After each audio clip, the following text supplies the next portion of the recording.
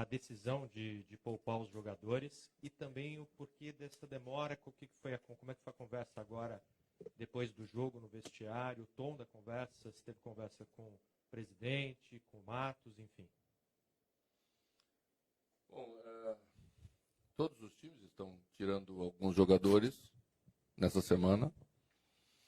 O nosso adversário de domingo tirou, nós também, porque para alguns jogadores em final de temporada, a recuperação de hoje para domingo é uma recuperação relativamente curta, eles estão desgastados, então certamente não faria ou um ou outro bem, né?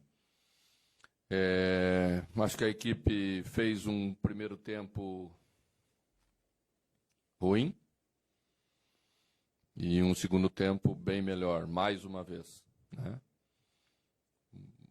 Penso que, em função desse primeiro tempo ruim, sofremos o gol, que era a parte importantíssima nesse jogo, porque o que se viu no segundo tempo vocês devem ter acompanhado, um jogo que não andava, que o adversário já não quer mais que o ritmo siga normalmente. O árbitro também deixou que essas coisas acontecessem, depois tivemos um acréscimo só de 4, mas não temos que reclamar prioritariamente disso. O tom da nossa conversa foi um tom de cobrança nossa, né? Mas o vestiário é sagrado do treinador. Lá estava o treinador com sua equipe, com seu diretor executivo, com as pessoas que são do futebol, e fizemos aquilo que achamos que deveríamos fazer entre a gente. Mano, boa noite. São duas questões. A primeira eu queria te perguntar, o que está acontecendo nesse momento com o time do Palmeiras, que é reconhecidamente como um dos melhores elencos do país?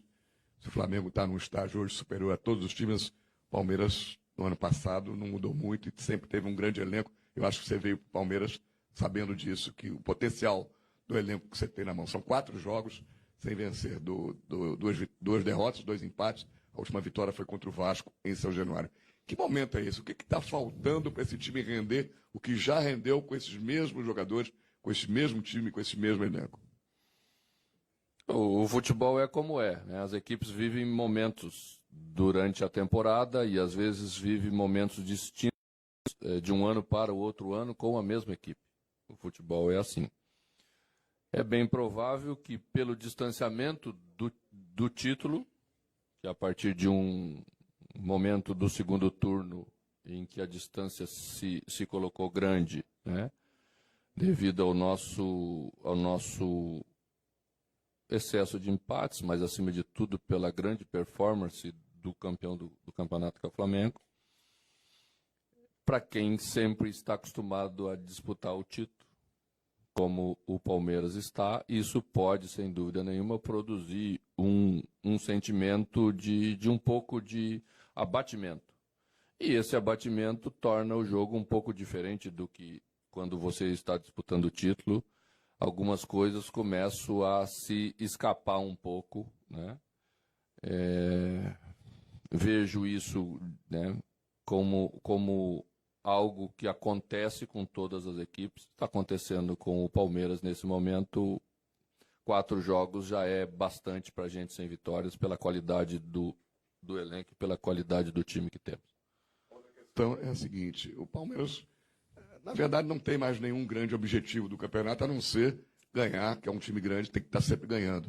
Mas não corre risco de nada, pode ser vice-campeão, pode ser terceiro colocado, imagino que vocês queiram o vice-campeonato, mas imagino o que representa esse jogo contra o Flamengo, o campeão da Libertadores, o campeão brasileiro com 4 rodadas de antecipação. Imagino até que foi por isso que você deve ter poupado alguns jogadores em acordo com a diretoria para que o time entrasse mais forte nesse jogo, que é o que resta, vencer o campeão Flamengo. A torcida quer muito essa vitória. Foi baseado nisso que você poupou mais alguns jogadores hoje. E o que representa esse jogo contra o Flamengo para vocês, se não há mais possibilidade de título, mas vencer o time que é o time da moda, o time do momento? Bom, primeiro é importante ressaltar que as duas equipes pouparam. Então as duas equipes têm preocupação com o jogo de domingo. Não é só o Palmeiras que tem com o Flamengo. O Flamengo também tem. Porque senão não pouparia. Ou não preservaria alguns jogadores para que estivessem mais inteiros no domingo, né? O jogo é um jogo emblemático, claro que é um jogo emblemático. Nós vamos jogar com o campeão brasileiro e com o campeão da Libertadores. Claro que é um jogo importante na nossa casa. Nós temos condição de mostrar mais num jogo como esse, porque esse jogo ele traz coisas do primeiro turno, ele traz a rivalidade que se estabelece, né? Ele traz a corneta na hora da conquista do título, tudo isso vai para dentro dos 90 minutos e nós vamos preparar a equipe para fazer realmente um grande jogo da nossa casa e tentar lutar, trabalhar muito para tentar vencer esse grande adversário do momento que é o Flamengo. Ô, Mano, você falou sobre risco de lesão até para poupar jogadores, isso envolve, claro, planejamento, não só para essa temporada, já porque... Claro que o clube não quer nenhum atleta machucado, virando ano machucado. Pensando nisso, hoje o Arthur ele teve uma publicação que você deve ter ficado sabendo, vestindo uma camisa do Flamengo nas redes sociais. Queria que você falasse o que você pensa sobre isso, porque ele estava cotado para fazer parte do elenco para o ano que vem. Houve alguma conversa sobre isso? O que você pensa como técnico a respeito da atitude dele? Hoje o Arthur é jogador do Bahia, então se alguém tiver que pensar alguma coisa sobre ele, falar alguma coisa com ele, é o Roger, que é o treinador do Bahia. Quando ele estiver no Palmeiras, eu vou conversar com ele para falar tudo aquilo que penso sobre atitude, sobre comportamento. O torcedor sempre fica muito chateado com esse tipo de coisa, então os jogadores também têm que ter essa noção pública da imagem, das postagens, né? São coisas marcantes para o sentimento que o torcedor tem em relação à sua equipe. Então ele gosta de ver que um jogador seu, logicamente, vista a sua camisa e não vista de um adversário. Eu tenho só mais duas questões para terminar.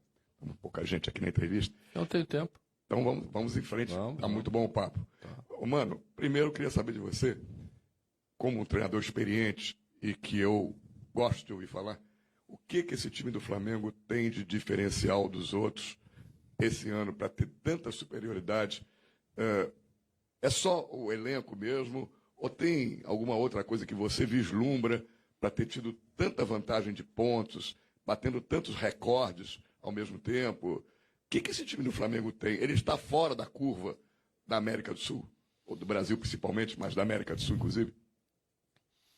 Bom, quando um time consegue estabelecer uma vantagem, uma superioridade tão grande sobre os seus adversários, é um conjunto de fatores que se juntam ao mesmo tempo e que o Flamengo conseguiu fazer a partir da metade da temporada, mais ou menos, né?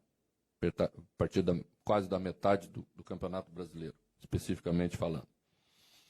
E aí se trata de um bom trabalho, de uma boa ideia de futebol, de uma boa execução, de uma boa qualidade dos seus jogadores, de uma massa torcedora que se coloca ao lado da equipe. Então tudo isso faz um ambiente ficar muito forte e o Flamengo teve o mérito de construir isso, né, juntamente com sua direção, com sua torcida, com seu técnico e com seus jogadores. Voltando ao Palmeiras, que é o que interessa aqui para a torcida realmente, você já projetando o ano que vem, é claro que está cedo, vai acabar a temporada, você vai ter tempo de sobra para pensar o que fazer? Não? Mas só complementar a pergunta. Começar cedo. Então, já que melhor ainda. Podemos fazer. Esse elenco vai precisar de uma grande reformulação, de uma média ou de uma pequena reformulação.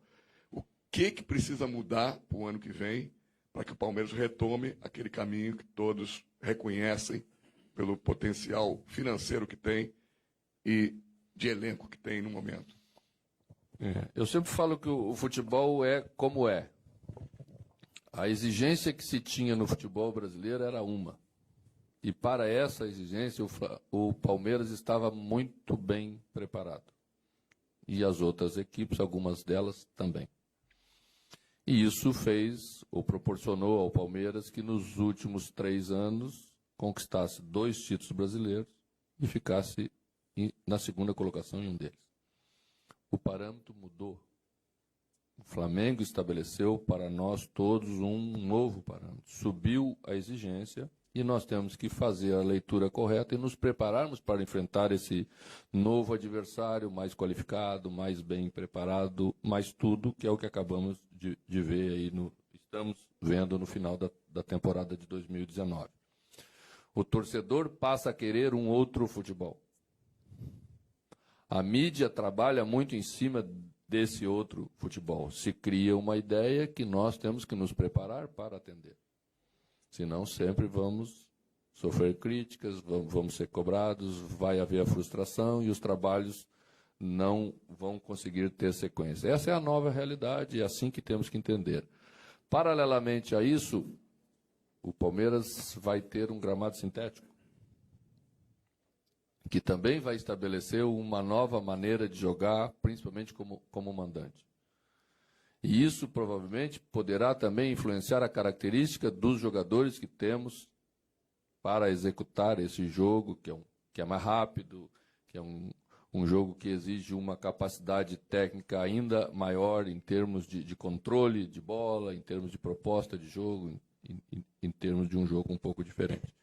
Então, essas são as colocações que temos que trabalhar para atender. Isso vai valer para outros clubes, mas principalmente estamos falando do nosso, que é o Palmeiras, vamos trabalhar nessa direção. Não gosto de falar disso publicamente, não acho correto, porque aí amanhã ou depois vocês vão estar cobrando o que é médio, se são mais ou se são menos. Eu acho que as reformulações elas começam, o clube vai começar a acenar com elas objetivamente, e a partir desse caminho, dos primeiros passos, nós vamos encontrar a medida certa para saber fazer aquilo que temos que fazer. Valeu, gente. Obrigado. Boa noite. O professor Arthur já se manifestou já, ele colocou uma aposta entre amigos.